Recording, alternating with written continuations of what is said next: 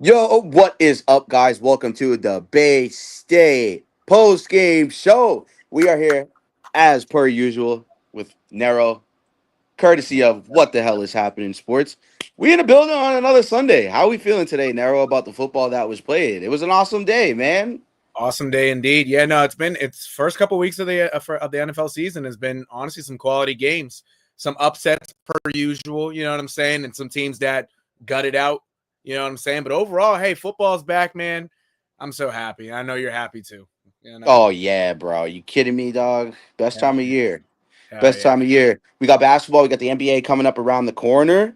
Hell yeah. We got NHL coming up upon us even faster, which is Mm-hmm. the craziest part. This NHL will start this month, preseason. Actually, craziest part is for those who don't know, quickly, I know we're on a football game show here, but you know, the Bruins had their first rookie game.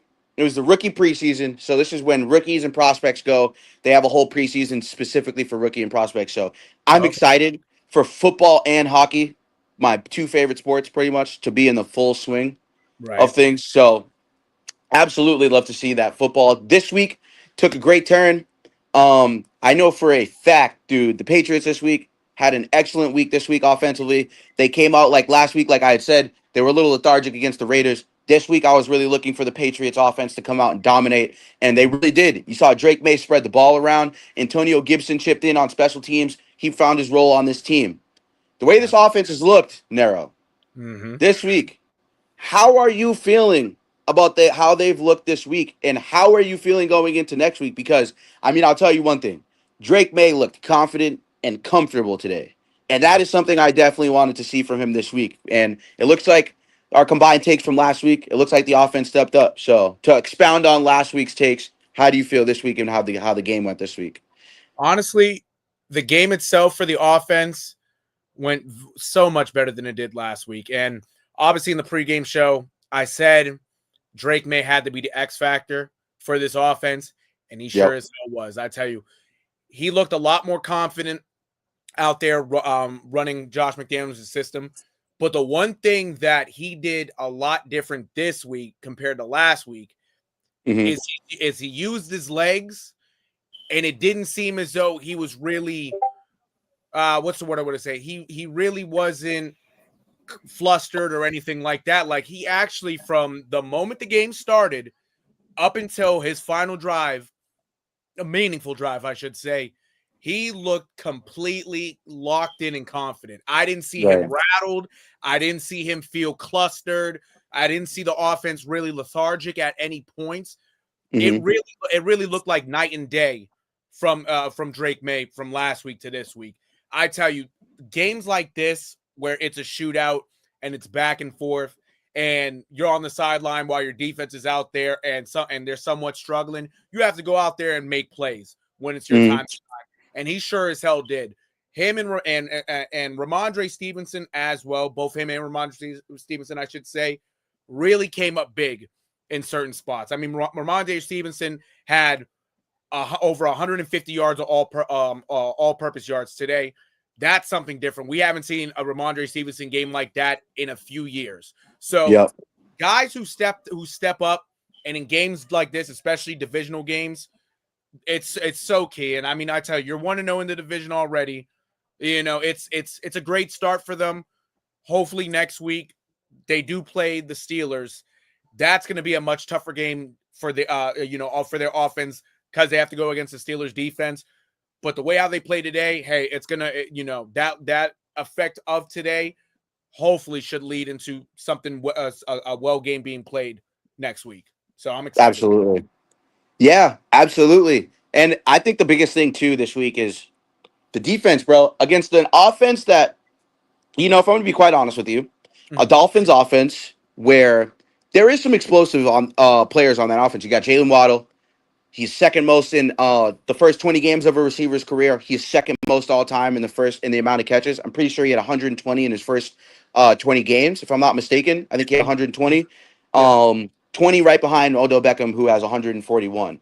So he's obviously an elite player. He's been an elite receiver. I think health has obviously been the question, but Right, Tyreek right. Hill as well, an explosive, dynamic player, someone who almost broke the 2,000-yard plateau for the first time in history in his career. He was Yeah. very close to doing that, but he tailed off. I think it was like due to injury and snaps and a bunch of other stuff. There's just Right, some right. other factors that ended up, I think, leaving him at about 1,800 yards, I think it was.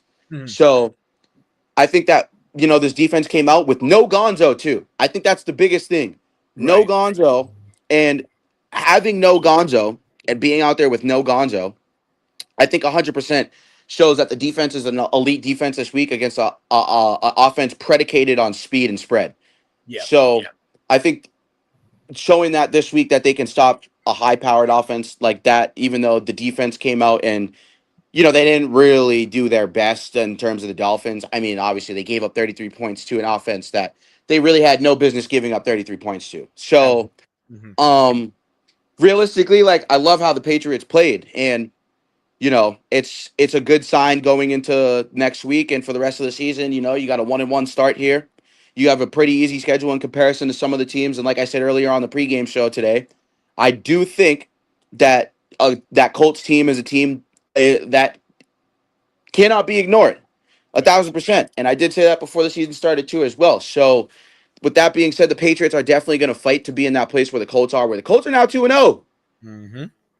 The boys are 2 Surprise. and 0. So the Yeah. Pats will look to go 2-1 next week, and hopefully the Colts can look to go. The Pats fans can hope that the Colts will go 2-1, just for the sheer fact that we are pretty much racing with the Colts there in the wild card. I think we will be the two front runners for that wild card spot.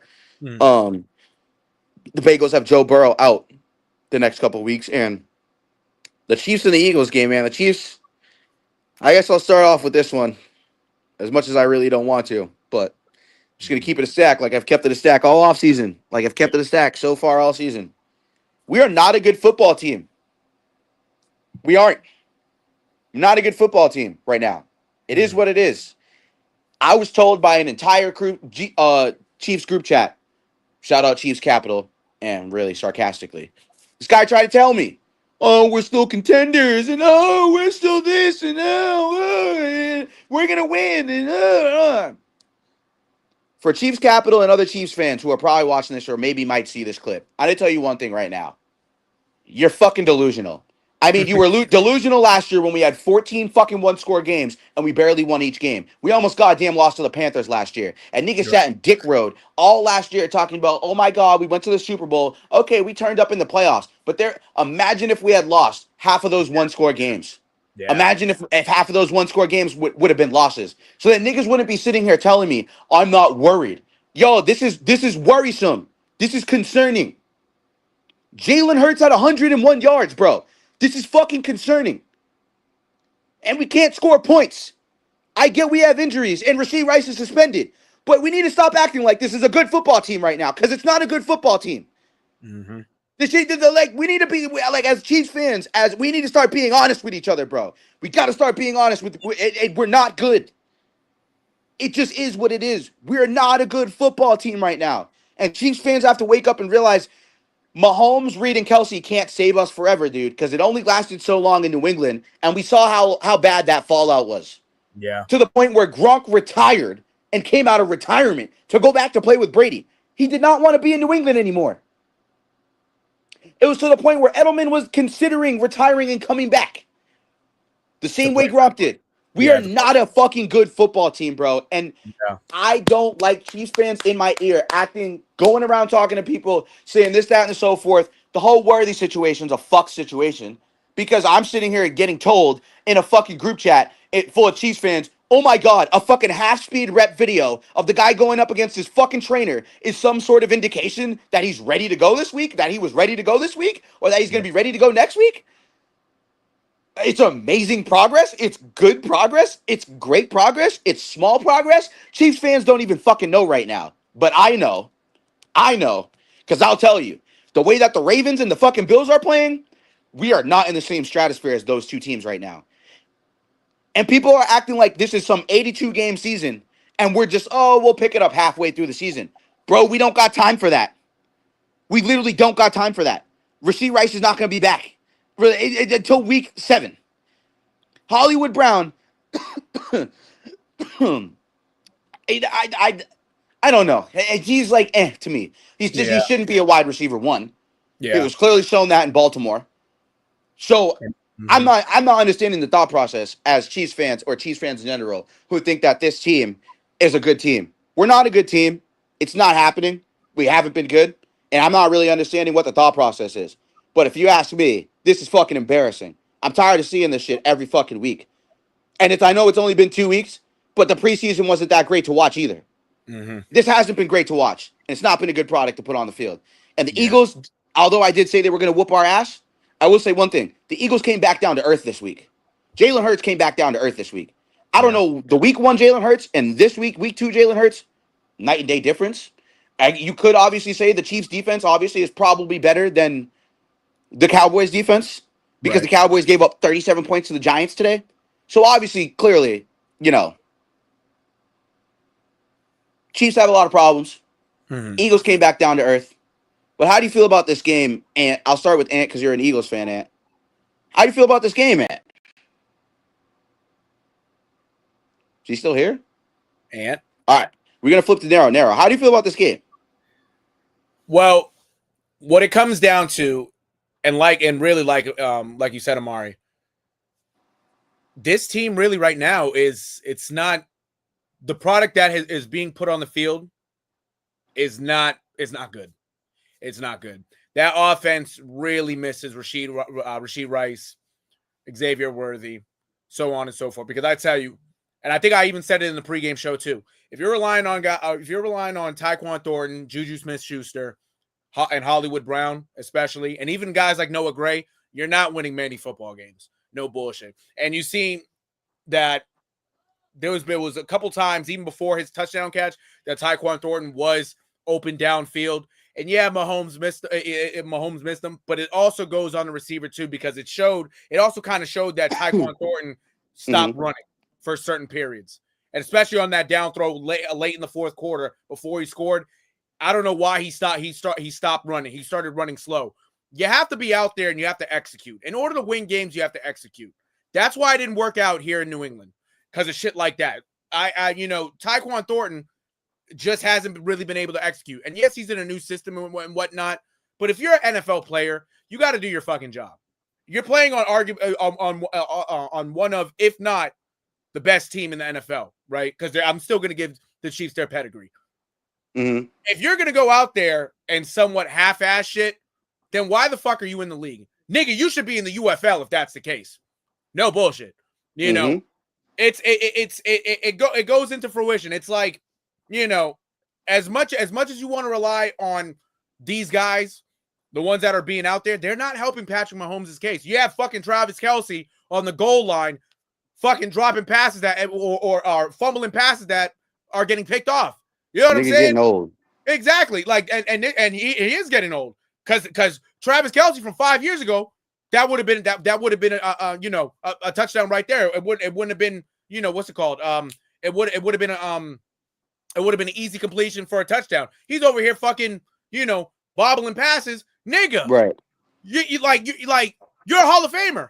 You gotta be able to catch the passes and score, bro. And if you're not doing that, nigga, you ain't helping the team. No cap. You know what I'm saying? But at the same time, like you said too, Amari, that defense right now, it kept them in the game.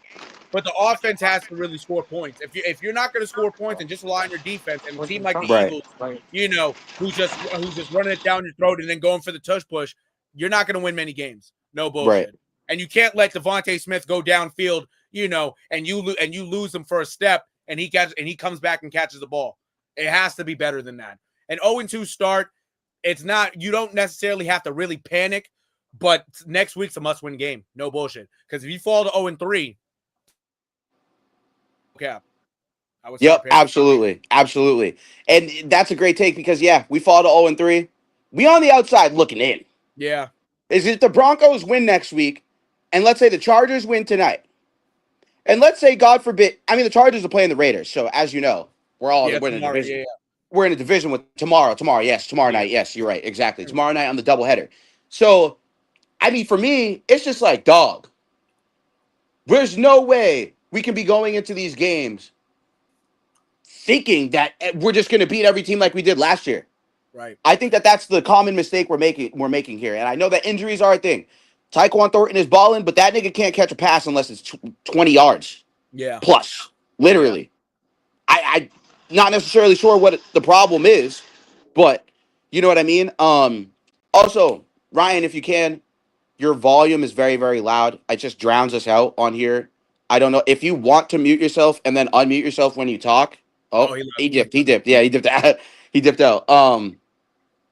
Yeah, I was trying to get him a little bit acclimated there, but Ant Man. Yeah. Oh, Ant. He muted himself. Ant, is he here? And damn, I guess not. Or Okay. he's here, but Well, he's I wanted to segue to him real quick about the Eagles game, but yeah. So that's how I felt about the Chiefs game. I mean, there was another game I was pretty interested in this week. I thought it was an interesting game due to injuries as well. Mhm. The 49ers and the Saints. Great game. Yeah. 26-21 finish. Mm-hmm. How did you feel about this game offensively from a depleted 49ers game? I thought team, excuse me, depleted 49ers team. I thought this 49ers team came into this game. They still looked great. The defense was obviously at times a little bit questionable, but Spencer Rattler actually played a great game. He had a better game than last week. Mm-hmm. So, how do you feel this week about the 49ers game? And despite Brock Purdy probably being out the next 2 to 5 weeks and Kittle out automatically for the next 4 weeks, are these the types of performances that they should put up each week, or could you see more from this team? And do you think that Mac Jones and the offense, or maybe the defense, could provide more, or do you think that this is enough for them to win while their two of their best players or their two best players are probably out? That's a good question, E. I will say this. This was much more of a trap game than what it should have been, even though Mm-hmm. 49ers won. Mm-hmm. With them being depleted, I really expected their defense to really take it to another level. And especially forcing turnovers, getting stopped and whatnot. But for the majority of the game, the Saints were in it. You know what I'm saying? The 49ers offense really today, in regards to Mac Jones leading the charge, wasn't really much of a problem. Yeah, I would have thought Mac Jones would have somewhat struggled today, but against that Saints defense, this was one of his best starts in the NFL, and that's saying a Mm-hmm. lot. It's saying a lot, especially the 3 years he spent in New England and the 1 year last year that he spent in Jacksonville. This might have been his best start in the NFL. It might Right. have, but it also goes to tell you how the Saints are this year. Really, it's times have changed in New Orleans where they're not, really looked at. The last few years they weren't looked at as a top dog, but they Mm-hmm. had enough talent to at least compete to give you 7, 8, 9 wins, mostly, and you know what I'm saying, to Mm-hmm. try to get to a playoff spot. This is a team right now that you have some aging veterans and a lot of young guys. So for the 49ers to win it, great, because you should win. Did I expect them to put up maybe another touchdown and possibly just give up 10, 13 points? I did, Right. because that 49ers defense, that's, obviously led by Robert Saleh, again, that should be an attacking, dominating defense. And what you Mm-hmm. saw today, that for the majority of the game, the Saints were in it. Mm-hmm. If the 49ers want to continue winning games, they can win like that, yes.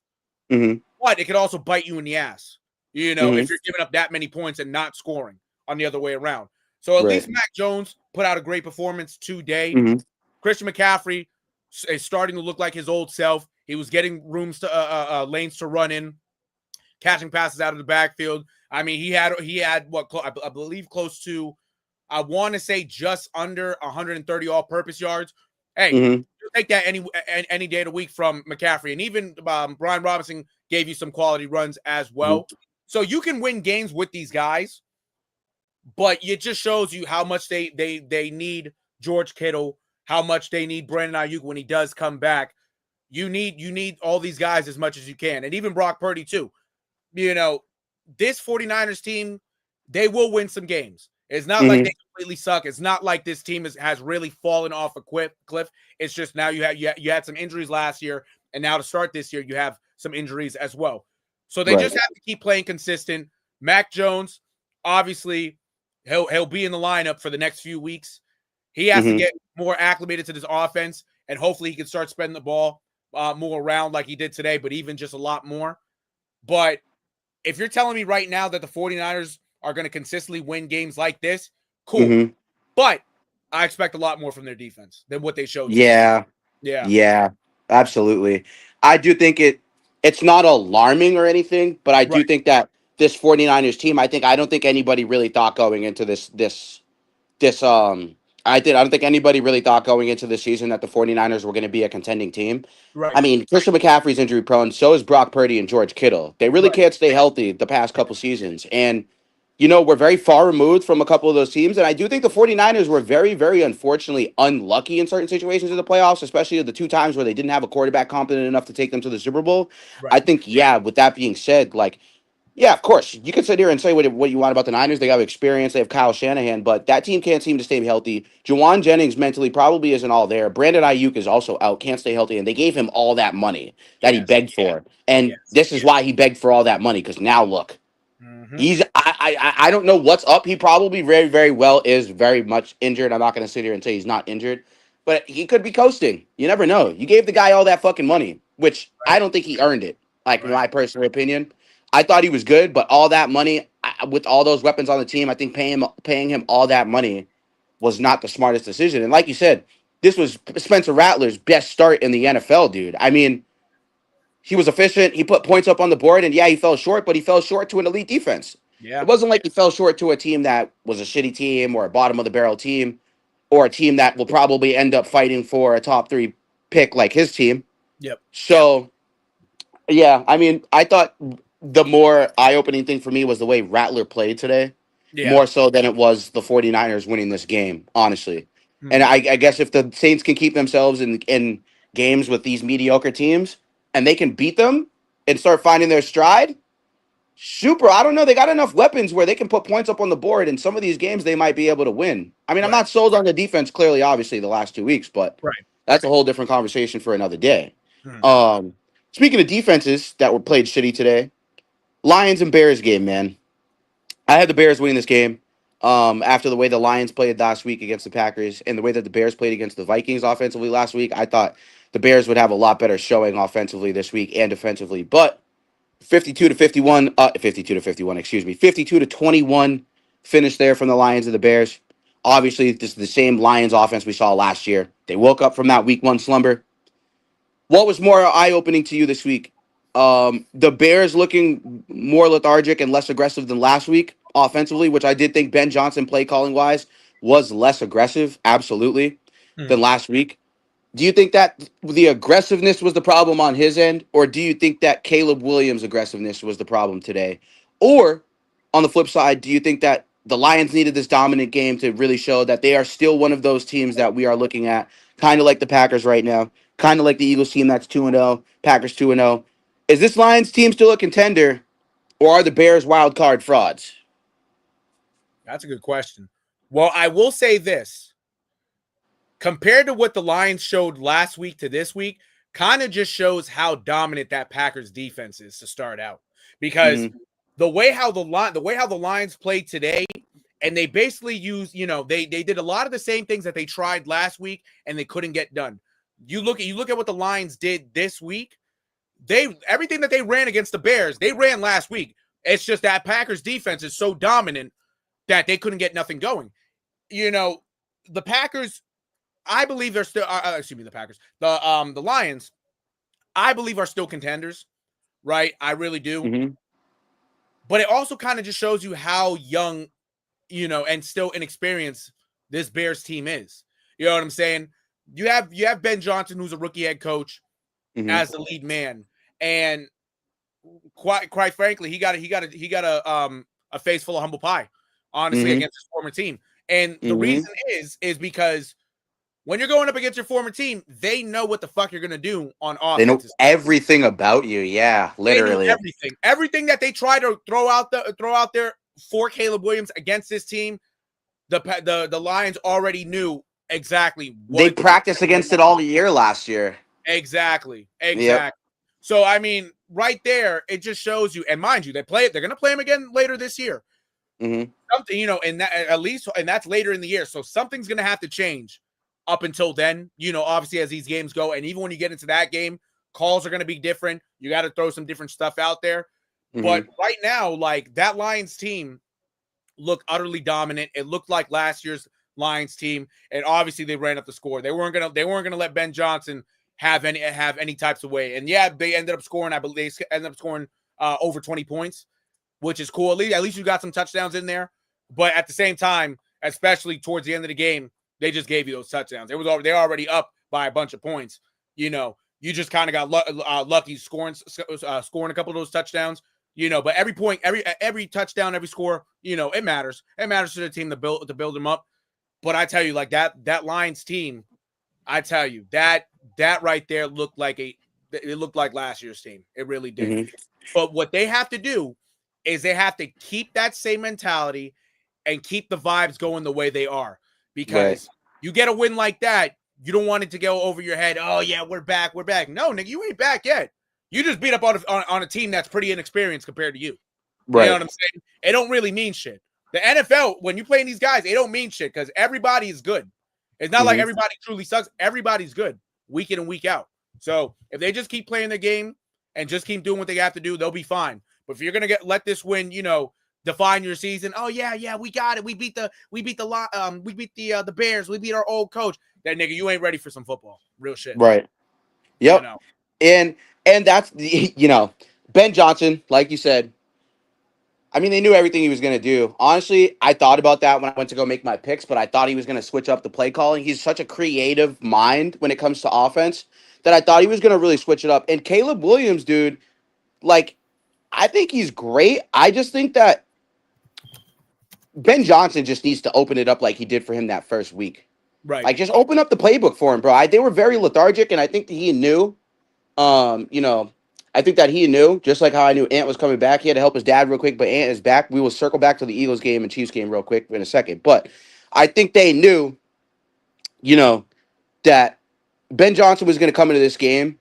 And I think that Ben Johnson knew that it wasn't going to be an easy day. Yeah. I think that Ben Johnson knew going up against like a pretty elite defense every day in that Lions defense last year, barring injuries, that it wasn't going to be easy for him. And I think, you know, he was probably under the mindset of, I'm just going to stick to my guns and do what I do best. And they know what you do best, brother. So, but yeah, so tough showing from the Bears defensively this week. But offensively, you put up 21 points on the board. You can't necessarily be mad at yourself. You put up almost the same amount of points you did last week. So, yeah, I mean, the Bears got a lot to work on defensively, but offensively, I think keep the aggression. You know, it was sad to see the aggression go away this week. But, Ant, Eagles, Chiefs, yeah, man. I mean, fuck you. But what how do you feel about this game, my dog Ant? Good win for you guys today. All jokes aside, it was an awesome win for you guys today.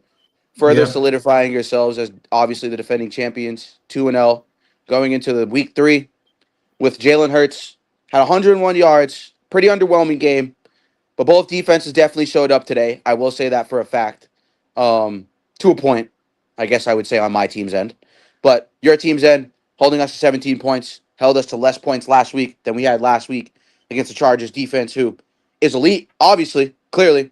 But yeah, I guess the question I would have to pose to you as an Eagles fan, do you think that A.J. Brown and Jalen Hurts' lack of connection is a concerning problem going forward, considering that A.J. Brown last week didn't see the ball at all, and then this week, A.J. Brown saw the ball a couple times, but it wasn't enough times for me to say that A.J. Brown made an impact on the game.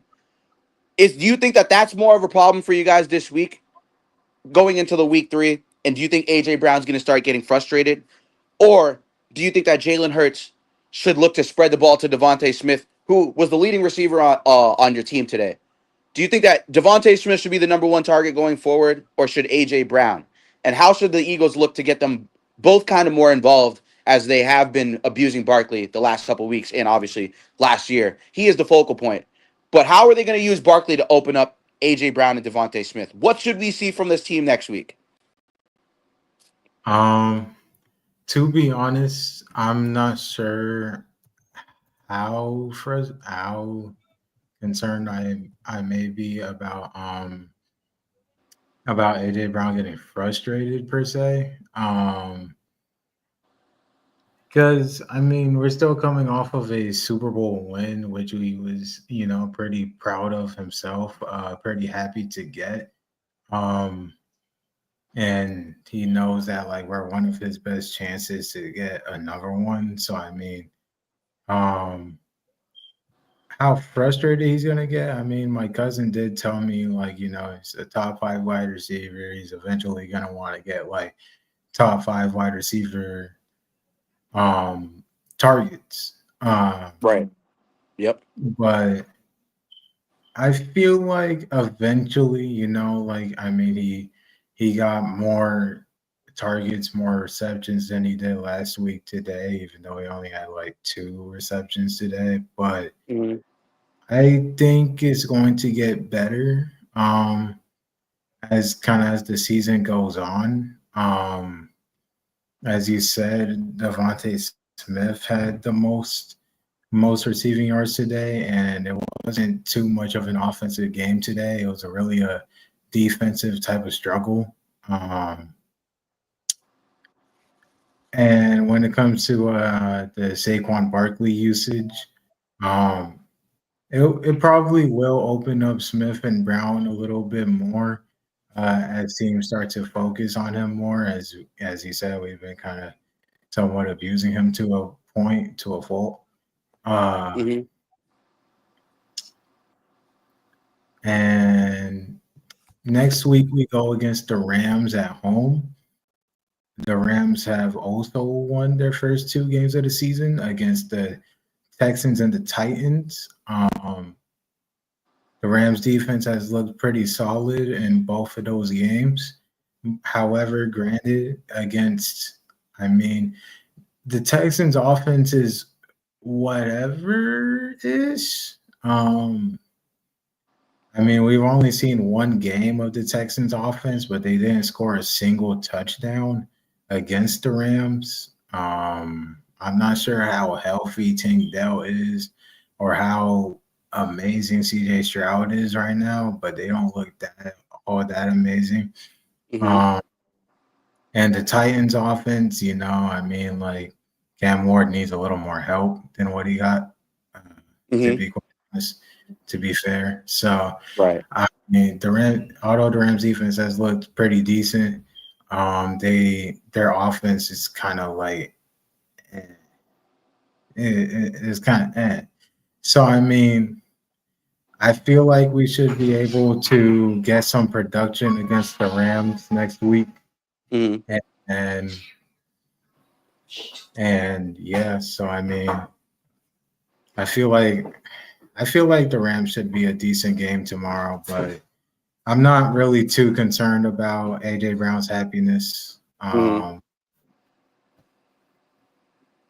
I think we should just be fine against the Rams. I feel like that should be a win.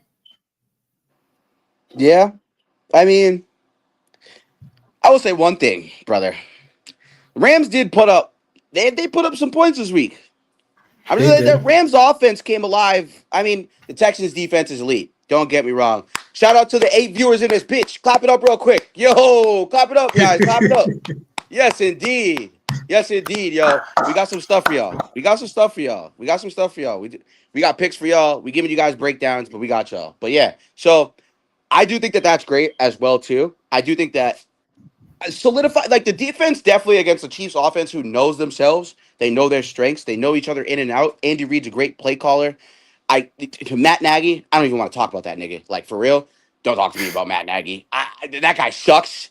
I don't know why the fuck we decided to go get Matt Nagy. I don't know why the thought process was to get rid of Eric Bieniemy, who has been a hard nosed coach, right? And I know we've seen clips of him getting on rookie Adrian Peterson's ass. I mean, he said, "Yo." He literally told this man, "You dress right, you show up late. You dress wrong, you show up late. I'm fining your ass. You sitting down." He didn't care how good Adrian Peterson was. He held Adrian Peterson accountable. I think that was a good coach that he holds a lot of his players accountable. And I don't think that, to me, it's a good showing for Matt Nagy, who is a lethargic play caller. I mean, dude, if you watch the Chargers get even today, you saw the same mistakes today. from Matt Nagy that he made last week in the lethargic play calling. There's no reason why on 3rd and longs we should be running the fucking ball. What are we doing? Like, I'm confused. Like, I don't understand it. And Spags is great. Like, Spags is awesome. I don't have a gripe with Steve Spagnuolo, but there's no reason why Matt Nagy should be our play caller. We need to look into that situation this year. If we don't make the AFC Championship game, I think it's grounds for us to actually like start shopping for a new offensive coordinator. Because there's no way we should just be able to just keep going into these games and Matt Nagy keeps selling us with play calls. It's crazy, bro. And these games are close games. Mahomes had to go MVP Mahomes. The stats don't even really show it to you. It doesn't even do enough justice to show you how much work Mahomes had to do the past 2 weeks to keep these games even just like relatively close. Like whatsoever. And it's mind-boggling to me that Matt Nagy thinks it's okay for some of these play calls on a championship team in these certain situations to be doing that. But yeah, man, that was basically the recap on that. But I will say one thing. I do agree kind of here with this sentiment. Drake May definitely had his best game as a Patriot. Stevenson looked like his old 2022 self. Campbell had an excellent game. Problem, Alex Austin. He's a good backup. Now, I will say about this situation here, this comment.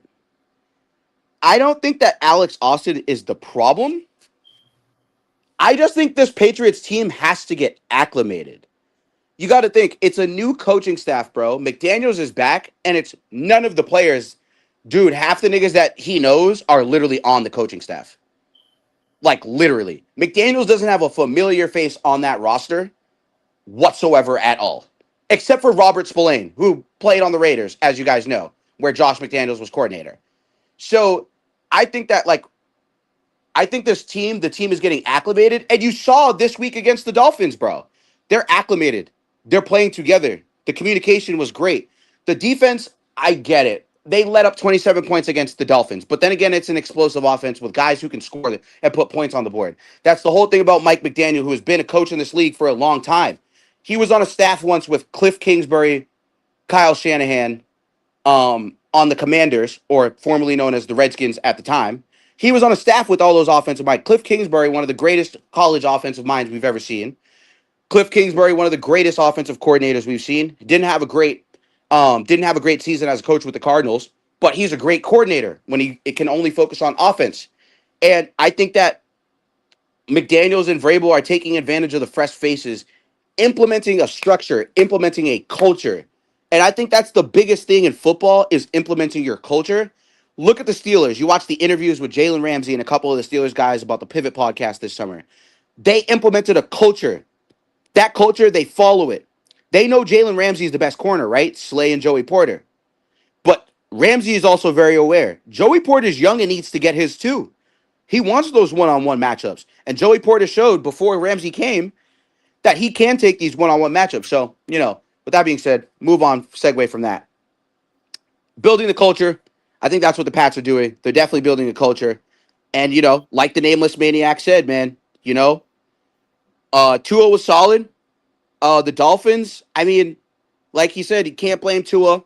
He did his work, but you would like to see the defense, especially the Patriots defense, man, not giving up points like that, dude. It's alarming, especially when we go up against elite teams fighting push for a wild card. There are going to be certain situations where we are going to have to show where we can be the best team at all given times. So, yeah. But yeah, I mean, I love the thought process. I absolutely love it. But to move on to the next game real quick, because we do have to get to this game in Discord for you guys. If you guys are watching, anyone watching right now, we have the games for you every single fucking week streaming in Discord. We got the primetime game for y'all soon coming up in Discord. But move on to the next game here. Bills and Jets. There's probably not much to say about this one, dude. Honestly, I'm not going to lie to you, dude. Jets came in, whooped that ass, dude. I mean, they did what they were supposed to do, dude. Excuse me. Did I say the Jets? My fault. The Bills. The Bills, they came in. They whooped. My fault. I'm sorry, Chad. Don't disappear on me. Now the Bills, they came in, put BTA as expected. Josh Allen didn't really have like too crazy of a dominant game. That's the craziest part. It was really the defense that dominated through and through, which is what you want to see from this Bills team last year. That in a game where they gave up 33 points to the Rams last year against Matthew Stafford in that offense, I think at a time where the Rams were struggling, that was a get back game for the Rams to actually get back into their groove last year. And I think that this Bills defense showed that this upcoming week against a team that put up 32 points last week against an elite Steelers defense. Not so elite today, but on paper, pretty elite. I think they will work themselves out. But that is an experienced defense that they put up 30 points on last year. This week, another experienced defense in the Bills this week. So how do you guys feel? I guess we'll start with Nero there here real quick. How did you feel this week about the Bills? And I guess the question moving forward is, if Josh Allen if he can put up these types of performances where he doesn't have to be the MVP, are we now seeing a championship contending Bills team? Is this the year the Bills finally get over the hump? And I know everyone who's watched the show and continues to watch the show, they know I said the Ravens and the Bills will be in the champ. They will be representing the AFC. So you already know how I feel about the Bills this year. But Nero, how do you feel? Do you think the Bills are contenders, or do you think that the Jets had a lethargic week? Or do you think the defense is just that good enough to take them past the Patrick Mahomes Chiefs, the Bengals, the Joe Burrows of the world, the Lamar Jacksons after they beat them in week one? Is this the year Josh Allen doesn't have to carry? And is this the year the defense actually shows they're a top 5 defense throughout the year and they can carry that into the playoffs and take them all the way to the bowl? Because Joey Bosa is a big addition to that team. Absolutely. And I'm glad you said his name. I think the Bills this year have a very good shot of actually being in the Super Bowl. And adding a guy like Joey Bosa, it's paid dividends these first couple weeks. In the first 2 games, as a Bill, he already has 2 forced fumbles. He looks a lot more energized out there than what he did the last few years, due to injury also playing a part. But he looks far more energized to be on this team, and he looks a lot more active out there. That Bills defense vastly improved with his presence. I know Ed Oliver did not play this week due to injury, but he was a menace last week as well. When he comes back healthy, which I'm sure it'll be next week, it was just a minor ankle injury, and they kept him out. But you have him, Bosa, and even the young Greg Rousseau, who's starting to come into his own. That Bills defense, and I also didn't even mention Matt Milano. I didn't mention Terrell Bernard. I didn't mention the corners that they have also, and even their safeties. Familiar faces, Jordan Poyer, Tre'Davious White. Absolutely, Jordan Poyer is back also. I actually forgot about that. Having Jordan Poyer back in the fold also, it brings the experienced faces, but it brings the veteran part of this defense. It brings guys who have been in this position before, who have experienced this failure before with this team, are now back and energized. Even Trey White, this team right here has the making to be in the in this year's Super Bowl in San Francisco. They have to just continue to put everything together and go out every week and just show how dominant they can be. Because, like you said, right, Amari, offense didn't have to do as much today. You really don't have to do as much against the Jets, and that just tells you how the Jets are. You don't have to play a perfect game on offense against the Jets. You just have to play close to a perfect game on defense in order to win these games. And the defense right now, they're playing hot. They gave up a lot of points last week, but obviously it's to a Lamar Jackson-led team and Derrick Henry. This week, they put it all together. It's a step in the right direction. They're 2-0 now. This team should be a Super Bowl contender. But it matters also. They can't shoot themselves in the foot. You know what I'm saying? They have to play consistent. They have to play smart. If they just do that and Josh Allen plays the way that he plays, and spreads the ball around, this team will be in the Super Bowl. And they have a very good shot. Like you said, also the Chiefs so far this year aren't there yet. But honestly, this team is, at least right now, is a much better team than the Chiefs. So that says a lot. They just got to keep playing the way they play, and I see them in the Super Bowl. I really do. Yeah, the defense is something serious to be reckoned with. And for the posed question, how do you feel about the posed question here? Bills, I feel like they are contenders if they, I guess, if they find a good bounce. I mean, Josh Allen obviously didn't need to do too much today. Hmm. If there's anyone who kind of led that offense today, it was James Cook. I Hmm. believe 123 yards, 137 yards. I had a good performance and a touchdown. Well, so shout out James Cook. But obviously, um, as pointed out, the Bills' defense was pretty good today. They basically only allowed like 3 points the entire game until it just got like a garbage time touchdown. Uh, so honestly, the Bills' defense was really good today. Um, for me, it depends on if the Bills' defense is able to find a consistency. Uh, if they're able to consistently stay good, they're going to be a force to be reckoned with. Obviously, against a Lamar Jackson team, as Nero stated, they allowed 40 points.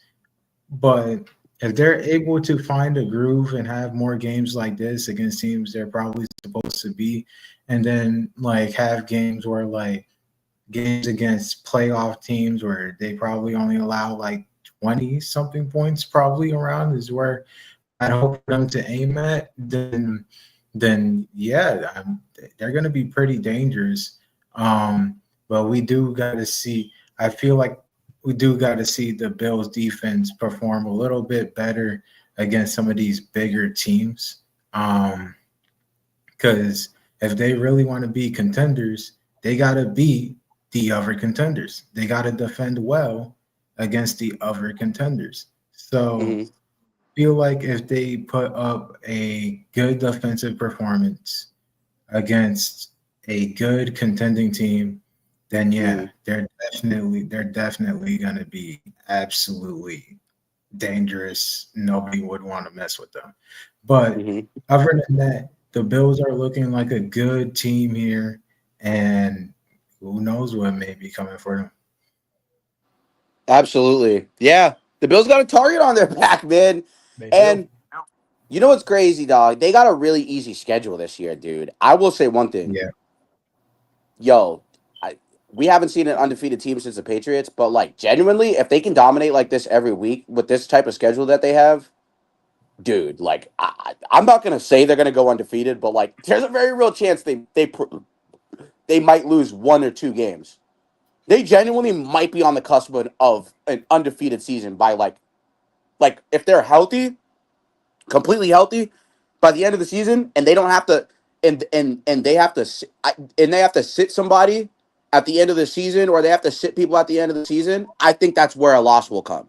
Right. But I think that if they are on the cusp of going undefeated, I think there's a very, very real chance that they could shoot for going undefeated. And the schedule is easy enough. If you guys go look at the schedule, it's all there. It is very possible that they could go undefeated. But yeah, I mean, I do think that the possibility of that is obviously slim to none, but I think it's very real. It could happen. And, another team I think obviously that dominated, get right into it. Ravens and Browns, man. I mean, dude, honestly, another game I really don't have much to say about. I mean, Lamar Jackson came in there and did his thing with his team, came in there and put up another 40 ball against a really good defense who shut down the Bengals last week for the most part, that which is an elite offense. But now we're going into this next week, I guess, to pose question about this Ravens team and maybe even the Browns. Do the Browns, with 2 straight losses, do the Browns start thinking about ushering in a new era? Is this potentially where we might see a new era ushered in within the next couple of weeks, maybe after week 3 and 4, if the Browns lose week 3 and week 4? Or is this Ravens team just that good, and are the Browns just maybe would they be overthinking it too much? Because I feel like Joe Flacco has played well enough Right. to keep them. They kept them in the game last week. He played well enough for them to win. Couldn't get it done. So this week, obviously, don't think anybody had the Browns winning in their right mind. And if anybody had the Browns winning, you're out of your mind. Right. But Right. what that is the posed question. How do you feel? Honestly, I think I think they should put the brakes on trying to usher in the young guys, especially the Dylan Gabriels, because it's already been known, or it's been said, that it looks like Shedeur Sanders will not see time this year as a quarterback, which is, you shouldn't put that out there already. They should have waited to put some shit like that out there. They should have waited to see how Joe Flacco did it, even if they threw Dylan Gabriel in there, see how he did. Because once you start putting that in people's ear, they especially for a guy like Shedeur Sanders, they're going to want to see these quarterbacks fail to get him in there. The fans, the fans are all for the Shedeur mania. Mania, excuse me. I mean, he already has the top selling jersey in the NFL, and he hasn't even played it down yet. You know what I'm saying? So it's like they shouldn't have put that out there. But regardless, in terms of this team right now, they should put the brakes on trying to factor in the youth, because overall, like you said, Amari, Joe Flacco really has played well. It's just his team ain't there. You know what I'm saying? He don't have much of a team right now to really contend or try to really win games. He has to do what he can with the team that he has out there to at least put up some yards, put up some points. Unless he gets hurt or he really starts to really shit the bed in layman's terms, I would wait until about maybe, let's hypothetically, if this team goes 0-5, 0-6, then you'd start to really, all right, let's start ushering the Dylan Gabriels in there. You know what I'm saying? That's when if I were them, that's when I'd really, all right, you know what, we're already 0-6. We ain't going nowhere. 0-5, we ain't really going nowhere. Then you start to push the narrative. All right, let's get the young guy in. Right now, I think Joe Flacco is fine. I think from how he's played very well. It's just he ain't really got much of a team. The Ravens defense that he went up against today, obviously in his former home stadium. I mean, that's a team. That's a contender right there. That's really one of the elite teams that last week, obviously, they shit the bed at the end, and this was a game for them to really put it on the Browns, but to really put it on them that, hey, we're the top dog. Let's just go out there, kick their ass, and run the fuck out of there. You know what I'm saying? That's really how the game was going to go and what it did go as. So I would, as the Browns, I really wouldn't worry too much about Flacco right now. But if it gets to an 0-5 and 0-6 situation, then let the young kid come in. Yeah, Ravens, got to. Exactly. And the Ravens, this is a get back game for them. They're 1-1 now. Even for them, they have to continue to roll with the punches. But I will say they have to give Derrick Henry, they have to give Derrick Henry the ball, and they have to block better for him. Yeah, absolutely. Yeah.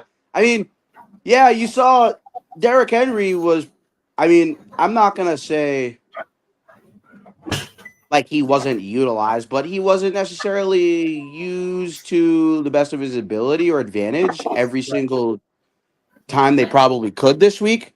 Right. And I think that is something to definitely monitor going forward. But in a 41-17 win, you can't really be too mad. But I do think, they should have gave the nigga the ball because my parlay got fucking sold because of this nigga. He was part of the reason why. So, Derrick Henry, maybe you should go and slap this nigga John Harbaugh upside that fucking receding hairline head and go tell him to give you the fucking ball and not have a Marshawn Lynch situation. Right. But, other than all jokes aside, I think that, this Ravens team, elite team, definitely could represent the AFC in the Super Bowl this year. But on to the next game. I know it is taking a little bit, guys, but I enjoy doing this shit. I love it. Cowboys, Giants, man. This game, let's get negative. Anytime I can sit on the Cowboys, I'm going to sit on the Cowboys, even in a win. Cowboys fans, y'all niggas suck. I'll be real. Y'all niggas are ass. I'm just being honest. The Giants, you let Russell Wilson, Sierra's fuck toy, put up 37 points on you, and then you let him throw 2 bombs to Malik Neighbors, who had 100 yards out his ass and 2 catches. And then not only that, don't get me wrong. I think Malik Neighbors is probably going to win offensive player of the year. Dude's balling right now. He's got 2 of the best deep ball throwers in the entire league, literally in his lap. It's literally set up perfectly for Malik Neighbors to literally win the offensive player of the year. Like, it's just set up for him to win. I know people are thinking, the Giants suck. They're going to lose a lot of games. Just think about the award and what the award is. It's who can put up the most offense no matter what team you are on. Right. Who was the offensive player of the year last year? Tell me, guys. Offensive player of the year last year was Saquon Barkley. Yeah, Yep. it was Saquon. Right? And was he the focal point of the offense? Yes. Who Yeah. was the runner-up? Jamar Chase, right? Yeah. Probably. Jamar Chase didn't make the playoffs, but still, he could have won it. Yeah. He easily could have won it. But because he didn't win games, obviously, he didn't win it. But this year, Barkley has been, I'm not going to say he's been figured out, but I think teams they're game planning to force Jalen Hurts to throw the ball. Like they're literally, if you've been watched the last 2 weeks, they are forcing Jalen Hurts to drop back, step back, throw that ball, find the receiver, read the defense, and forcing him to make a play with his legs as a thrower. It's a different thing when you're forcing the guy to make plays with his legs as a runner, which is the mistake the Cowboys made. The Cowboys were like, we can live with it. Jalen Hurts was like, okay, you can live with this. I'm going to hurt you because that's literally my best attribute. Whereas this past week, I think the Chiefs did a good job of forcing him to be a playmaker as a thrower outside of the pocket, hence why the game was so close. Yes. So I think, and we've already seen how to, after getting our ass whooped by him in the Super Bowl, and honestly, if we're gonna be honest, he played Mahomes when he lost the first time. He outplayed him. He did. He really did. He really did outplay Mahomes the first time they saw each other and met in the Super Bowl. So, yeah, Hurts, like, with that being said, like, I do think Neighbors, barring, like, he'll have a Jamar Chase situation this year. I think his only competition as far as, like he could he could very well win the triple crown. He really could. So, the Giants, the Cowboys, like I said, chat, let's get negative. Let's get negative. I got to put it up real quick. Let's get negative, okay? Yes. We're going to do this segment pretty much every show. This is our slogan, chat, for those watching.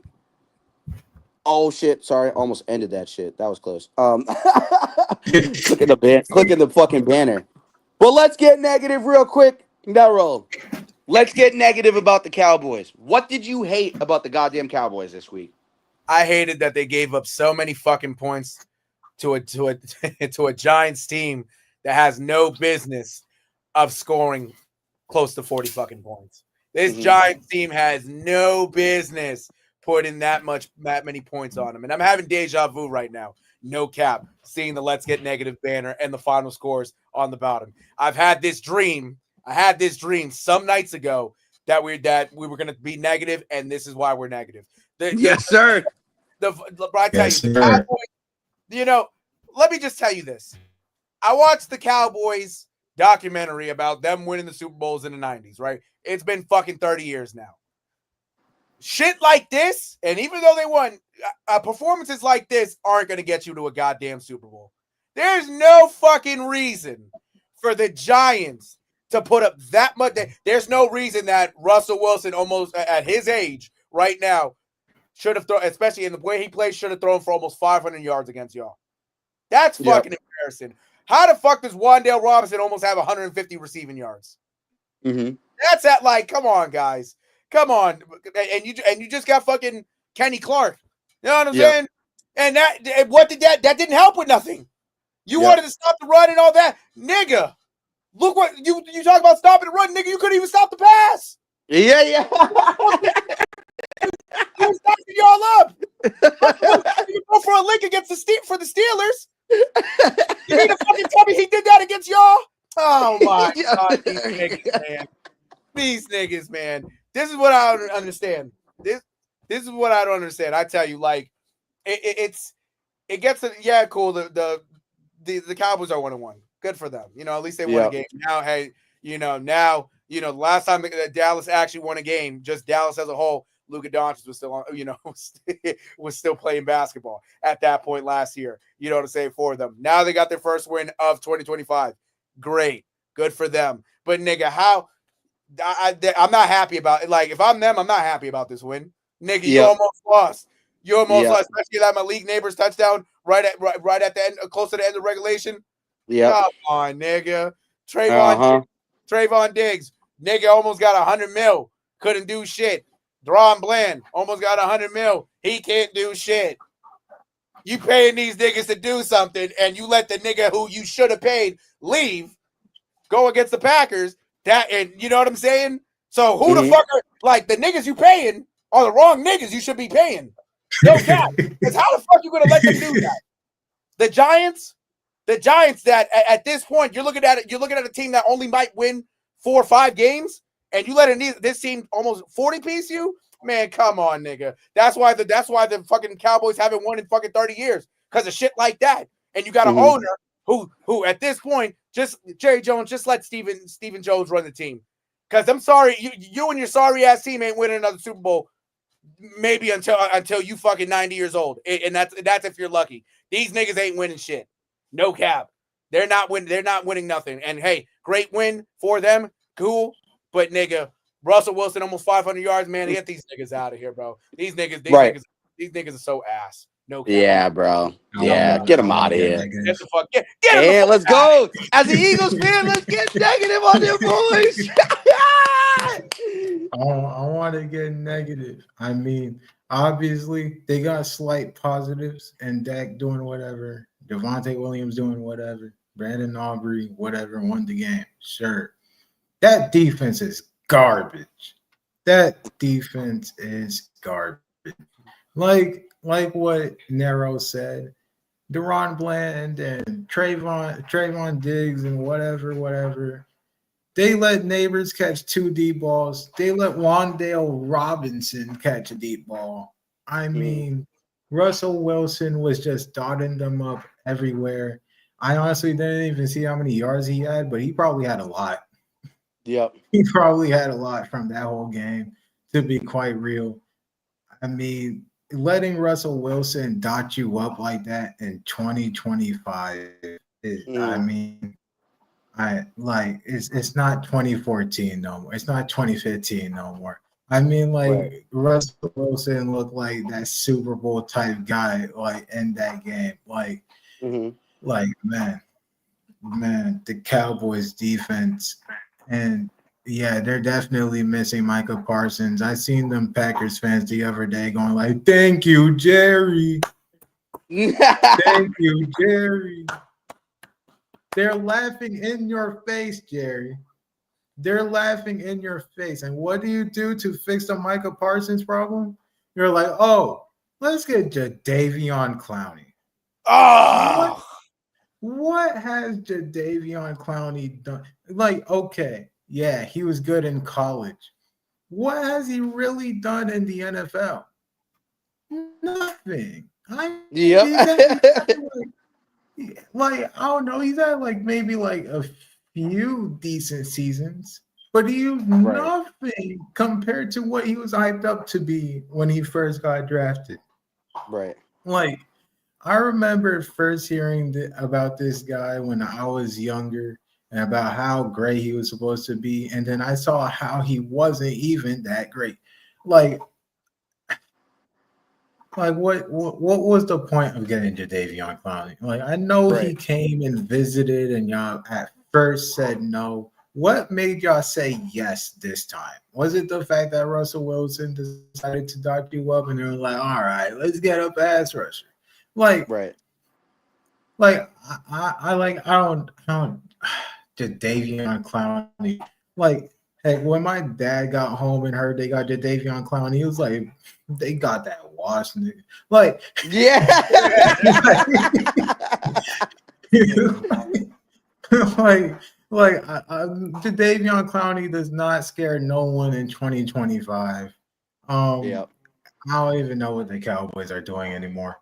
I don't. I mean, okay, congrats, I got a win on the board, but I don't like I don't feel any type of confidence in the Cowboys after that defensive performance. I mean, their defense just doesn't look good. I mean, CeeDee Lamb, I don't know what's going on with CeeDee Lamb. He got to lock in a little bit. I mean, the Cowboys just don't look like an amazing team right now, to be quite real with you. And they got to go against the Bears in their next game. This is going to be an interesting game, I guess. Both teams allowed over 40 points this week, weirdly enough.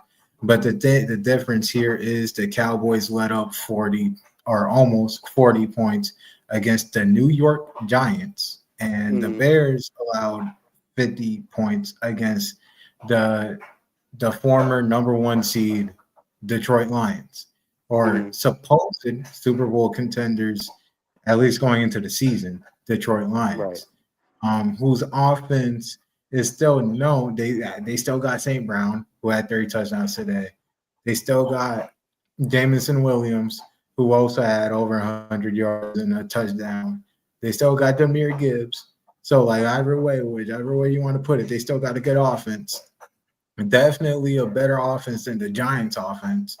Mhm. So Cowboys Bears is going to be interesting, but I just don't see it for the Cowboys. Honestly, they might lose to the Bears. They might very well lose to the Bears if they let the Giants put up that type of performance on them offensively. I can't circle my head around what Ben Johnson will do to that defense. Like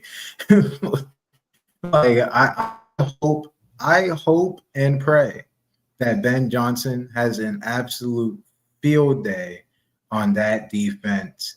And it's a 425 game, so probably everyone's going to see that game because every Cowboys 425 game is going to be on everyone's TV. So I hope Ben Johnson dots up that defense on everyone's TV. And I got negative. Yeah. You know Yeah. what? One more Absolutely. thing. One more thing for you, Amari. Let me also just say this real quick. Right? If the Cowboys call Amari Cooper, hey, we need you. Can you come back? You know what he's gonna say? Nigga, hell no, nigga. You just let Russell Wilson throw for almost 500 yards. Nigga, get the fuck out of here. I'm cool. Yeah. Nigga, get the fuck out of here, nigga. That's the last thing I'm gonna say. Yeah, man. On this edition of this episode of Let's Get Negative, we do this segment every show, every sport. We're going to get negative. This is our slogan. Not everything in sports is always pretty. You always got to keep it a stack. So this segment is going to be a segment for you guys to follow along to. If you want the truth and the uncut truth about your team or about any other team or about a team that's your rival, we are doing Let's Get Negative every single show. So you guys will get a Let's Get Negative segment every show. But with that being said, guys, I guess we'll just go quick roundtable real quick. You guys will just follow along with me here just to finish the recap so we can get into the night game in Discord. I mean, Bengals versus Jags game, pretty disappointing game from the Jags, a game they should have won. How do you guys feel about that game real quick? We're just going to dive and just cycle right through these real quick. So let's try excuse me, let's try and bounce these out real quick. So for the Jags, they should have took more of an advantage with Burrow being out. I mean, it's a learning experience for them and for Coach Liam Cohen. But games like that, when you knock out the starting quarterback early on, you got to be able to take advantage. And the Bengals defense isn't as great. The only guy that they have really going for them that stands out obviously is Trey Hendrickson. Trey Hendrickson had a sack today, so he didn't go crazy on y'all. But you got to do a much better job in the future. Not even just against them, but against these other teams where you can match up evenly or even match up, a lot better than. You got to take advantage. So, hey, learning experience, but it's not the end of the world for them. But they should have won. Should have won the game. Absolutely. And Jaguars Bengals, it was interesting to say the least. I mean, honestly, when I saw Burrow got a turf toe, I was like, yeah, there goes my prediction. But obviously Jake Browning had a decent performance for what it was. I mean, 2 interceptions, 3 picks. I mean, stat wise, make of it as you will. But I mean, he eventually did lead that game winning drive, where he jumped in the end zone like he was Josh Allen and got the touchdown. It was an interesting game towards the end where they just kind of went back and forth like punting the ball. I was somewhat surprised the Jaguars weren't really able to get down the field there at the end. Like I saw the Bengals punt the ball towards the end. I was like, the Jaguars should have put this one kind of to sleep almost, but that didn't happen. Bengals got Mhm. the ball. Jake Browning led a drive down the field. Jamar Chase was a main factor in that. Jamar Chase with a bounce back game, if you will, having 165 yards today. So, the Bengals offense could maybe be back. We'll shout out. I know Nero shouted out Trey Hendrickson. I also shout out Dax Hill, who had 9 tackles for the Bengals offense today, along with a pass deflection. So the Bengals defense, it was all right for what it was. I mean, for what you're supposed to be expecting from the Bengals defense right now. It was all right. Uh, Jaguars offense, I mean, it was good at the beginning for them. Mhm. But when it came down to the clutch, they just weren't able to keep it going. I remember Brian Thomas dropping a crucial play towards the end of the game, and that also helped the Bengals. I mean, I don't even really know how else to describe it. The Jaguars just choked. They choked this game. So I mean, they gotta recover from this, get back on the drawing board, and see how they play next week. Absolutely, dog. Absolutely. Yeah, I mean, Trevor Lawrence wasn't. We weren't able to fucking. We weren't able to fucking do X, Y, and Z, bro. But I mean, I said we, but I'm a big Trevor Lawrence guy. I still believe in him. I still think something's there. I think he's been subjected to bad coaching carousels. I think he's been subjected to bad injuries. He's been subjected to bad offensive lines. He's been subjected to bad defenses. I mean, his defense gave up 20 plus points for them to lose to the fucking Chargers in the playoffs, bro, after he gave them a lead. Like, I think that Trevor Lawrence has been subjected to some bad shit. And I think that's the reason why you see a lot of what I mean. Calvin really didn't want to learn the fucking playbook. That you had there was all these other situations you had. Christian Kirk was injured. They gave Christian Kirk all that fucking money, which put them in a hole where they couldn't pay anything else to go get him the actual appropriate weapons. So yeah, I mean Trevor Lawrence, you saw it today. Could put points on the board. He can move the ball, but there's a lot of other glaring problems still with the Jaguars that need to be fixed. And the Rams of the Titans game, pretty self-explanatory. Dominant game from the pass offense from the Rams here. I don't got much to say other than Matt Stafford balled out, 200 plus yards, touchdown plus. So, how do you guys feel about the Rams Titans, real quick? Actually, Well, you know what we'll do for the rest of the couple of games: Rams, Titans, Seahawks, Steelers, Colts, Broncos, Cardinals, Panthers. You guys just tell me how you feel for both of those games. You guys go back and forth, and then we'll end it that way. I'll start with the Rams. Again, that's a team. That's Rams Titans is a game the Rams that should win. The Titans obviously are a young team. They got a young quarterback. Cam Ward showed flashes today. It wasn't enough though. Obviously, with his team, the Right. Rams team is just far much better. But who would have thought? I will say, who would have thought Puka Nacua would have scored a 45-yard rushing touchdown? You know Yep. what I'm saying? That's how diverse their offense is. That's how good of a player he is. Him and Devontae Adams in the same wide receiver room. I tell you, this Rams team, they're 2-0 now. Be on the lookout. That team right there might surprise a lot of people come December and even going into January. Mm-hmm. Yep. Absolutely. Um, And yeah, Rams Titans. I mean, as I was kind of saying about it when we were talking about the Eagles at first, the Rams had a good offensive game. Defensively, they were looking, all right, whatever. I mean, it's against the Titans offense. Again, a young Titans offense. I mean, with Cam Ward still kind of like learning the reins here.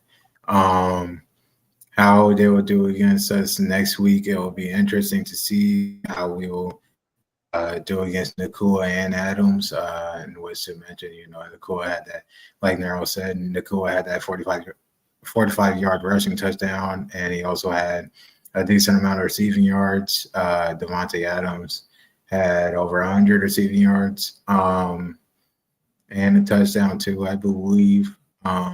Yep. So it's going to be interesting to see the Rams offense moving forward.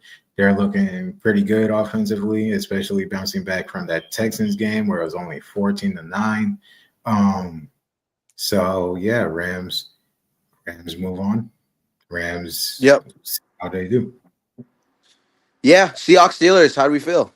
Seahawks Steelers. I will say I'm surprised at the outcome, mostly because I would have thought the Steelers would have taken advantage of Devon Witherspoon not playing, but that just shows you how good of a team the Seahawks are starting to really become with Mike McDaniel, Mike McDonald. Excuse me. That team as a whole, it's a young team overall. You do have some veterans in Cooper Kupp, and you do have now DeMarcus Lawrence as well. But you see the consistency with the team. They force turnovers, they tackle very well. They might give up some touchdowns here and there, but the difference in that game really was Caleb Johnson, his miscue on the kickoff return, letting the ball go in the end zone and not realizing it was a live ball. I think that's really the part that changed the game. If that didn't happen, I think the Steelers would have at least been able to get a drive right there while still having the lead, and at least to move down the field. That whether they scored or not, that would have changed the outcome of the game. So plays like that will cost you some games, but plays like that can also lead to wins. Seahawks took advantage of that, and hey, Kenneth Walker capped it off in the end with the touchdown, the game-sealing touchdown, and they got it done. So I tell you, so now the Steelers on a bad loss like that, they got to try to rebound next week at New England, but that's a game right there where it's going to be a good game to look at for both the Steelers and for New England as well. So, yeah. Absolutely, yeah. For the Steelers, I mean, they at first they were up, they were winning, they had their touchdowns, they had their points, it was whatever. But again, like Narrow said, that crucial mistake on the kickoff, and things started going downhill for the Steelers from kind of for the rest of the game. The Seahawks defense started to lock in. Kobe Bryant had a pick, and the Seahawks defense just didn't allow anything much else from the Steelers offense. Steelers defense allowed 30 points in the game again. We'll see how the Steelers defense progresses if they get better. Seahawks kind of shocked me, especially going from only putting up 10 points against the 49ers to putting up 31 on the Steelers. And Kenneth Walker had a good game. JSN, despite him, he didn't have a touchdown. He did have over 100 yards. The Seahawks and Sam Darnold, even though he did have 2 picks, he had 295 yards. So Sam Darnold looked kind of decent in this game. All around, a good comeback win for the Seahawks, and we'll see how they progress into next week. If Sam Darnold's able to get almost 300 yards again, if Kenneth Walker is able to get 100 yards again, if Jackson Smith-Njigba is able to get 100 yards again, if they're able to do that, they'd probably win next week, depending on who they go against. But yeah, the Seahawks look good, and yeah, they go against the Saints next week. So if they do that against the Saints, I feel like they should go 2-1. Yep, absolutely. And then you got Colts and Broncos. I feel like we touched on this one a little bit. Ant, you weren't on this one yet, but Colts Broncos, and I guess you can go since me and Jordan kind of touched on that one already a little bit. Yeah, so Colts Broncos. I'm gonna be quite honest. I did not see too much of this game until kind of like the end. Although it did seem like they did have a good, it was a good game. It was a pretty good game. Bo Nix had a much better performance than he had last week. But in the end, Daniel Jones and the Colts were able to come back on the Broncos. And with that crucial, whenever Schrader had the 60-yard kick and he missed it way wide, but then, oh boy, there's a leverage penalty that gives him 15 yards, and this time he makes it from 45. Colts win the game. Broncos defense, they did good against the Titans, but again, Mhm. like we said when about the Rams Titans game, Cam Ward still learning the reins, still trying to figure out that offense. So, and especially since the Broncos went against them week one, we were just kind of figuring out about the Titans a little bit. Mhm. And the Colts just kind of did their thing on the Broncos, honestly. So, um, Broncos offensively, again, they looked better, but yeah, I mean, this one just kind of goes on the Broncos defense a little bit. Colts offense looking, I mean, it's looking good. Daniel Jones had, see here, Daniel Jones had 316 yards this time around. Mhm. So, Daniel Jones continuing to do well. Jonathan Taylor had 165 rushing yards, and he had 50 receiving yards with a receiving touchdown. So, honestly, the Colts offense looks good. And believe it or not, the Colts actually face the Titans next week. So, Mhm. I feel like the Colts should be fine there.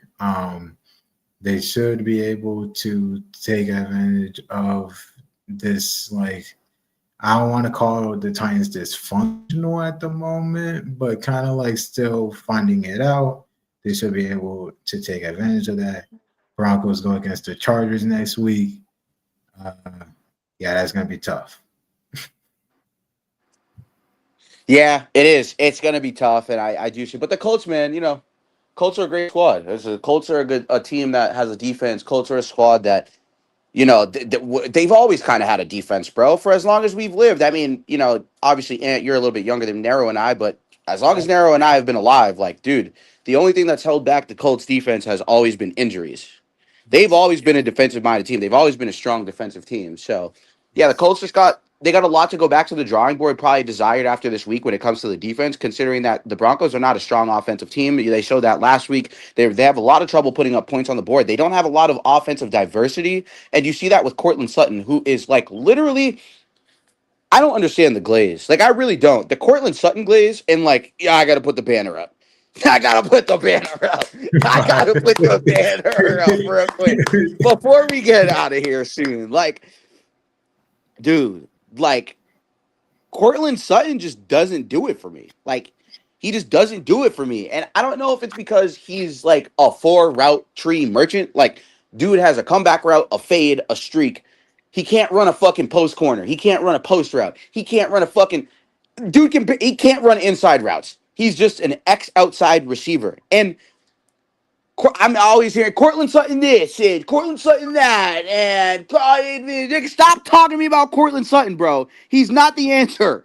Broncos fans, I love y'all, dog. It's not it. It is not it. Like, not it. And Marvin Mims is cool. He reminds me a lot of fucking Tyquan Thornton, dude. Like, just a downfield merchant.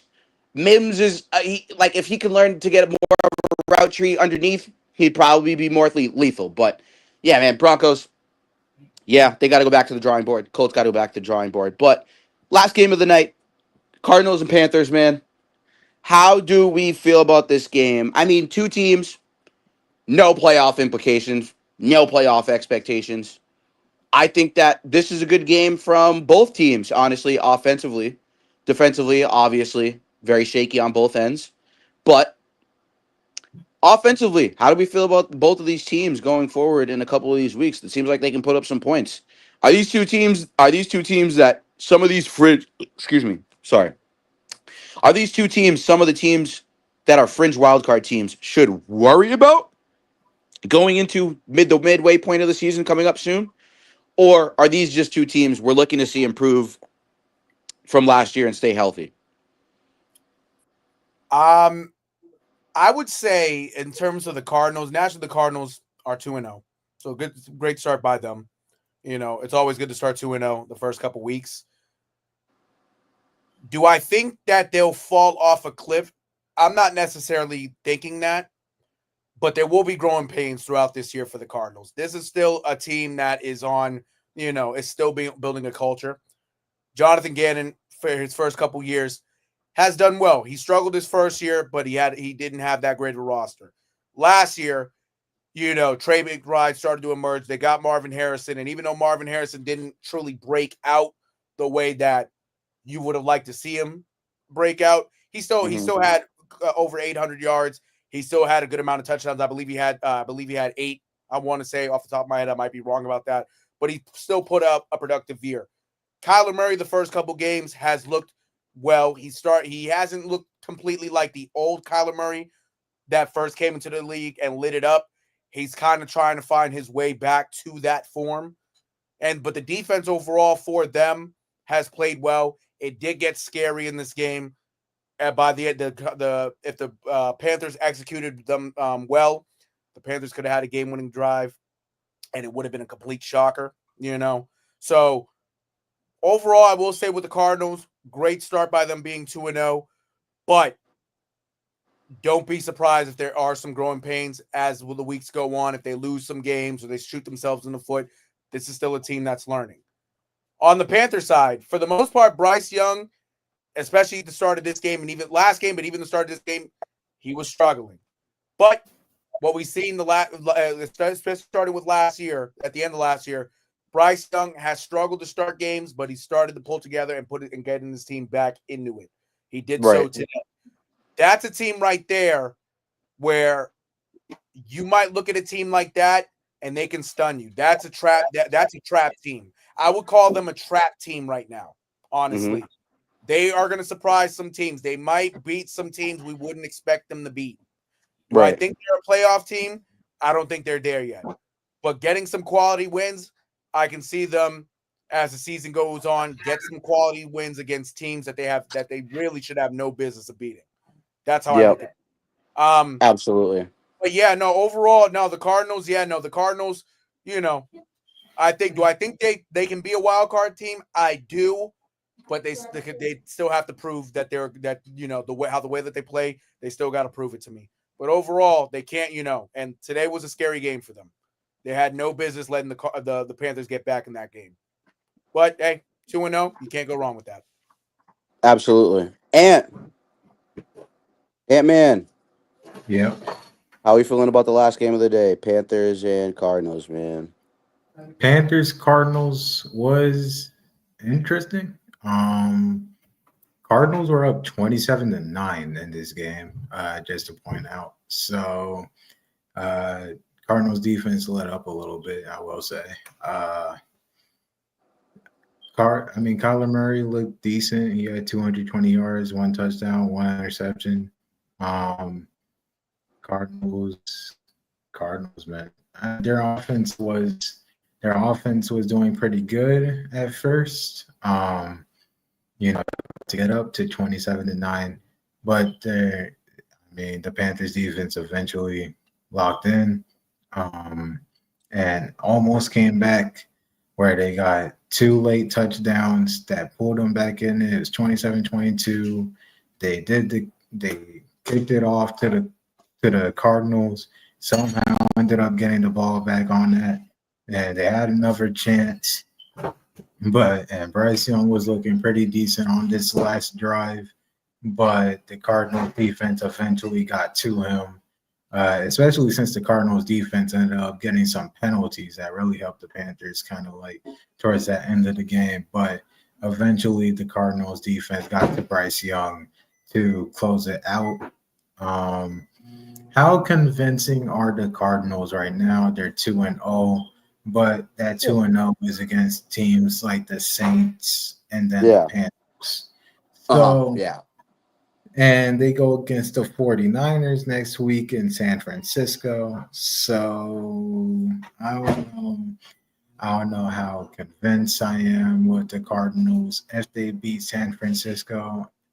I'm mainly saying this for San Francisco's defense, which has been solid so far this year. If they're able to beat San Francisco's defense, I might be putting in more stock in for the Cardinals. But right now, I don't know how to feel about the Cardinals, to be quite honest. The Panthers, they didn't start off this game too great, but in the end, they almost came back, like I said. Panthers offense is going to be interesting. They go against the Falcons next week, who are playing right now. Panthers, their defense is going to have to do better. They allowed 26 against the Jaguars last week. They allowed 27 against the Cardinals this week. So their defense is going to have to do better. Offensively, they did look better than they did last week, but their offense is still a little shaky to me. So the Panthers, obviously, like Nero said, they're probably not going to be a playoff team. They could sneak in some wins against teams you wouldn't expect them to be. But right now, the Panthers are kind of whatever to me. And I guess technically, since I somewhat touched on the 49ers when talking about how the Cardinals going to face the 49ers, 49ers beat the Saints today. We'll shout out Mac Jones for stepping up in the way he did. He had a good game against the Saints. Spencer Rattler didn't look too bad for the Saints, but however, the 49ers defense was able to close them out. Jawan Jennings had 89 yards and a touchdown. Fred Warner had 11 tackles for the 49ers and 279 passing yards for Mac Jones. I'm going to be honest. I'm not the biggest Mac Jones guy. I wasn't expecting 279 yards from Mac Jones, but if he can do that and Brock Purdy doesn't play next week, they could be pretty good. They could be pretty good to go. So that's all I got to say. He's got Kendrick Bourne, a guy he's played with before. He's taken a worse team to the playoffs. Sky's the limit for Mac Jones, at least where he is in San Francisco. So I do agree with you. Right. Absolutely. By the way, Amari, I actually have some breaking news. I do too. Real quick. There you go. Say it then. You got it. Real quick. So, you guys can see here. Joe Burrow update. He'll be out for at least the next 2 weeks. His results will be sent to a specialized podiatrist for further treatment and second opinion. Take it from someone who has torn a ligament in their foot before and has had a foot injury before due to basketball. Turf toe is obviously a little bit less significant than tearing a ligament, but I will say one thing for sure. If it's getting sent to a specialized podiatrist, which is a foot doctor for those who aren't aware and uneducated, a podiatrist is a foot doctor. They specialize in the foot. So that's actually not really a good sign considering it's turf toe, which is a pretty reasonable injury to deal with as far as like team doctors and trainers go. So they might be suspecting there might be maybe a fracture or a break there in one of his toes. Not sure which one. We don't know. But a toe injury or a break or fracture is obviously something to monitor for sure the next couple of weeks. Monitor his practice reps, monitor his updates in practice. But yeah, Joe Burrow update. That is the Joe Burrow update. But and if it's bad, and the worst thing about it is if it's bad enough, if it's real bad, he could be out for 3 months. It's one of those things. It could be 2 weeks or it could be 3 months. So Bengals fans, hope and pray it's not that bad because if it's 3 months, there's going to be a lot of let's get negatives for the Bengals. Yes, indeed. If Holder Fact is watching or Holder Fact sees some of the clips that we're going to post this week, Mr. Holder, we're going to get real negative about your boys. Tell you that for a fact. I don't know. The way Jake Browning played, shit. I don't know. I don't know how negative we might be if Jake Browning can continue to play like that. If he can give the Bengals a chance every week like that, and he can give them a chance to win games, like, yeah, bro. I don't know how much let's get negative there will be. But I will say we do have sorry, Ant. Go ahead. I mean, what I gotta say about the Browning situation, I mean, we seen a couple years ago where Burrow got hurt. So, I mean, and what kind of happened to the Bengals, it was kind of a rough rest of the season. And Jake Browning, what kind of concerns me, he had that game-winning drive, but what kind of concerns me is that he had 3 interceptions against the Jaguars. And say if he does that against a better team, it's not going to look as pretty. So, and the Bengals don't really have an easy schedule. So, I don't know. We might have to get more negative about the Bengals than we may be thinking, but we'll see. Yeah, I mean, I'll be honest, right? You know, we got a football game coming up right now. It's on right now. I will say one thing, give you guys a quick update real quick before we hop into Discord and get going for the Discord because we are late as fuck, but at least it's late as fuck for our own show. The Falcons are up 6-3. Michael Penix Jr. already has 72 yards, 6 for 10. Bijan Robinson already killing 7 carries for 63 yards in the first half. I mean, dude's crazy, bro. Dude's nasty, dude. I really don't know what else to say about him. Michael Pitt, dude. Fucking Michael Pittman. Fucking Kyle Pitts Jr. 3 catches for 34 yards so far. He is the leading target. And then, you know, J.J. McCarthy, 6 for 8, 61 yards. Good first drive. Jordan Mason, 5 for 18 on the ground. And Naylor, Jalen Naylor, 3 receptions for 31 yards so far, the leading target. Adam Thielen, 1 for 19. Jefferson, 1 for 9. So it's a close game so far, 6-3 towards the end of the half. The Vikings have the ball on their own 13. So they're looking to drive here and maybe get a field goal to tie the game or a score to take the lead before going into half. So for those of you watching, let's get negative. Clap our way out. Let's get negative. Welcome to another edition of the Bay State Postgame Show, NFL Week 2 with What the Hell is Happening in Sports, with the ringleader of What the Hell is Happening in Sports, Mr. Nero, and Bay State Media founder, one of our founders, Ant-Man, Eagles connoisseur. We are here. Falcons and Vikings in our Discord primetime. Let's get after it, boys. Yes, Good night, sir. Let's chat. watch this field goal battle. Yes, sir. Yes, sir, Pat.